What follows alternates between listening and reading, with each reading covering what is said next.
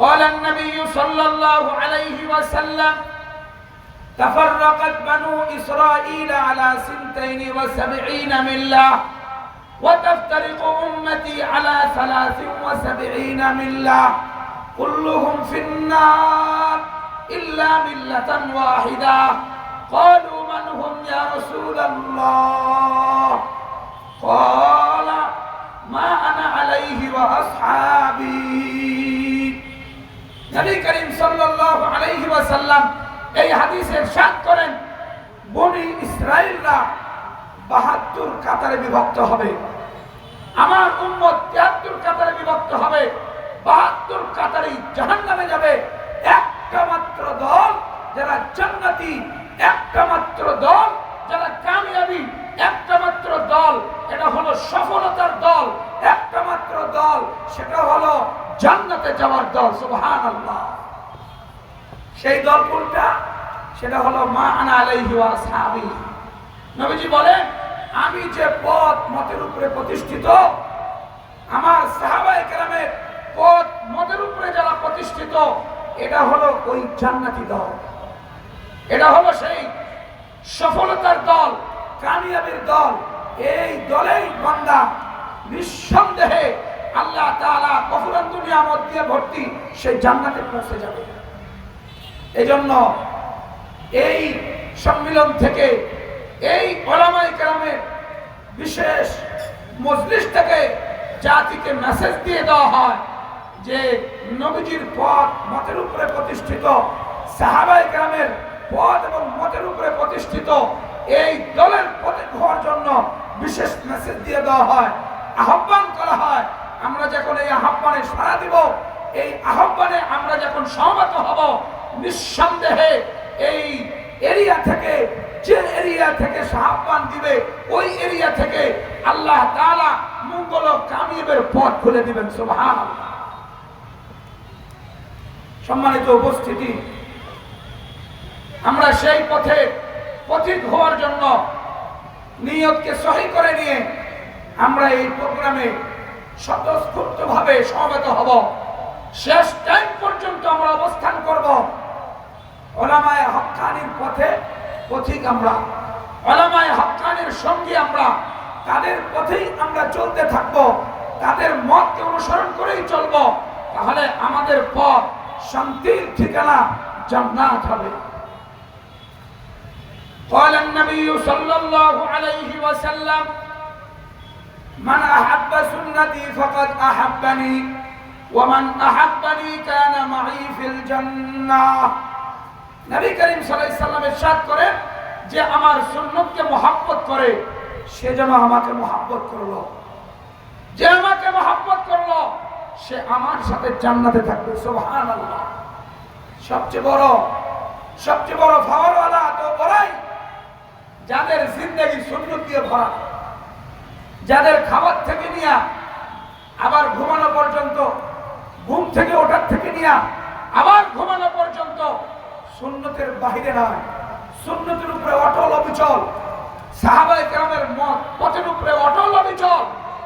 এইরকম জাতিকে উপহার দেয় এই যে সম্মিলিত কওমি পরিষদ, উলামায়ে কেরাম, যাদের চলাফেরা, উঠা বসা, লেনদেন, মুআমালাত, মুআশারাত প্রত্যেকটাই সেটা নবীর আদর্শের উপরে প্রতিষ্ঠিত, সাহাবায়ে কেরামের মত ও পথের উপরে প্রতিষ্ঠিত। এর বাহিরে কোনোটা করতে রাজি নয়, কোনোটা দেখতেও রাজি নয়। এরা সঠিকভাবে চলে, সঠিকভাবেই চলার জন্য বলে, হক বলে, হকের উপরে চলে, নিজে সত্য বলে, সত্যের উপরে চলে। কথা কোন ঠিক না বেঠিক? এজন্য আমরা প্রত্যেকেই উলামায়ে কেরামের পথের উপরে অটল অবিচল হব। আমাদের সাধারণ হিসাবে, জনসাধারণ হিসাবে দ্বীনের উপরে চলার জন্য সহজ পথ একটাই, উলামায়ে কেরাম যেভাবে চলে আমি তাকে ফলো করে চলবো। এর চাইতে সহজ পথ আর কোনোটাই না। জান্নাতে যাওয়ার জন্য আপনার লম্বা কোর্স আছে, শর্ট কোর্স আছে, লং কোর্স আছে, শর্ট কোর্স আছে। শর্ট কোর্স হলো ওটাই যে আমি উলামায়ে কেরামকে দেখব, সেভাবে চলতে থাকবো। উলামায়ে কেরাম যেভাবে চলে সেভাবেই আমি পথে চলতে থাকবো। উলামায়ে কেরামকে নেতা বানাবো, উলামায়ে কেরামকে আমির বানাবো, বাস সামনের দিকে চলতে থাকবো। তাহলে আমার আল্লাহর সন্তুষ্টি পাওয়া, জান্নাতে যাওয়া, দ্বীনের উপরে চলা আমার একটা সহজ পথ। এর চাইতে সহজ আর কোনো পথ না।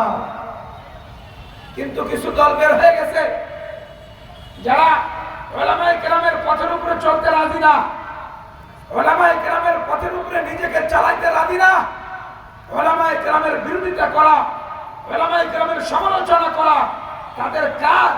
আর তারা বলে আমরা দ্বীনের উপরে অটল অবিচল, আমরা কোনো সময় সুন্নতের বাহিরে চলি না, কোনো সময় দ্বীনের বাহিরে চলি না। এটা হলো মিথ্যা দাবিদার। কথা কোন ঠিক না ঠিক? এ কোনো সময় সত্য দাবিদার হইতে পারে না। কেন তুমি উলামায়ে কেরামের পথে চলো, এই কথা কিভাবে বলো উলামায়ে কেরামের বিরোধিতা করে? কথা কোন ঠিক না ঠিক? যে আলেমের পথে চলবে সে আলেমের বিরোধিতা করতে পারে না, যে দ্বীনের পথে চলবে সে আলেমের বিরোধিতা করতে পারে না, যে ইসলামের পথে চলবে সে আলেমের সমালোচনা করতে পারে না।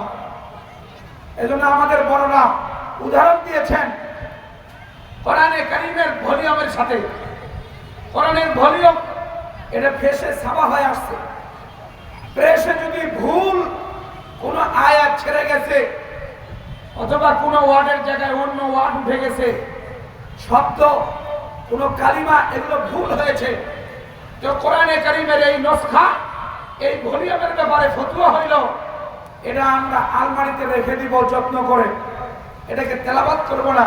কেন? ছাপা ভুল আসছে, কোরআনে কারীমের ছাপা ভুল আসছে, এজন্য সুন্দর করে আলমারিতে ধুয়ে দিব, এটা তেলাওয়াত করব না। ঠিক এমন ব্যাপার উলামায়ে কেরামের ব্যাপারেও, যে উলামায়ে কেরাম যদি কোনো পদস্খলন তার ঘটে যায়, দুনিয়ার কোনো মোহে পড়ে অথবা কোনো না কোনো কারণে তার যদি কোনো পদস্খলন দেখি আমরা, তাহলে নিয়ম হলো সেই আলেমের সমালোচনা না করা, সেই আলেমের বিশেষ করে তাকে ফলো না করে আপনি যাকে ভালো লাগে তাকে ফলো করবেন, কিন্তু ওই আলেমের সমালোচনা করা আপনার জনসাধারণ সাধারণ লোক হিসাবে আপনার জন্য কোনো সময় বৈধ নয়। যদি আপনি আলেমের সমালোচনা করেন তাহলে আপনি ক্ষতিগ্রস্ত হলেন, আপনি দ্বীন থেকে দূরে সরে পড়লেন, ইসলাম থেকে দূরে সরে পড়লেন, নিজেকে আপনি ওহীর ইলম থেকে, নিজেকে আপনি শরীয়ত থেকে দূরে সরাই দিলেন। এজন্য উলামায়ে কেরাম যথার্থ একটা উদাহরণ দিয়েছেন, যথার্থ উদাহরণ দিয়েছেন যে একজন আলেম শরীয়তের ধারকবাহক, একজন আলেম নবীজি সাল্লাল্লাহু আলাইহি সাল্লামের ইলমের ওয়ারিস, একজন আলেম সে কোরআনের বিশেষ জ্ঞান সুগন্ধি যেমন ছড়ায় এরকম ছড়াইতে থাকে। তার বিরোধিতা করা কিছুই আসে যায় না, তার তুমি ক্ষতিগ্রস্ত হয়ে যাও।